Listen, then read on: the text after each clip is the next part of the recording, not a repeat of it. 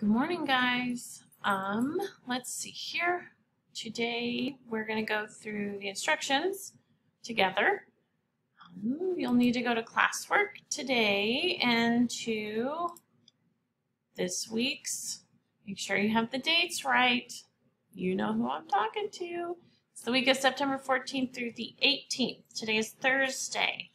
You are going to click the CNN 10 tab. You are going to click the link and you're going to watch the video. You have to actually watch it to answer this question. You do not have a Google Doc this time to write your answer. I have given you a multiple choice question. So once you've watched it, you need to answer the question. What animal stole a phone and took selfies? So when you watch it and you're done, you need to come back and answer this question correctly, and that will be your credit for watching CNN today. Then after you've watched CNN 10, you're going to click on the video and short answer.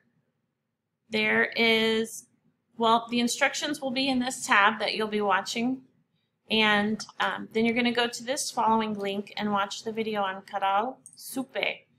It's about one of the oldest civilizations in the world.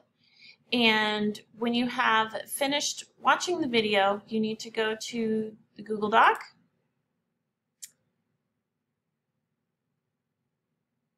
and fill it out and write me a paragraph.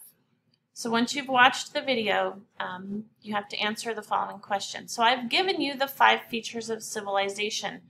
The cities are centers of trade. They have specialized jobs for everyone. They have a form of government and religion. They have a system of record keeping, and they have advanced tools. So your question you will be answering, which of the features do you think had the biggest effect on making Caral a thriving civilization? Tell me why. So you're going to pick one of these features after watching the video. You're going to pick one of these features that you think made Caral a thriving civilization that was there before any other civilizations were. 4 to 5 complete sentences. Punctuation and spelling must be correct.